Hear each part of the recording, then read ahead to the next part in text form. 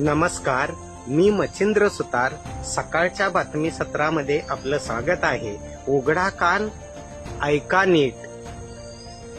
आत्ताच हाती आलेल्या सूत्रांच्या माहितीवरून महाराष्ट्रातील पावसाची पातळी वाव वरून, हाव रोमॅन्टिक वरून,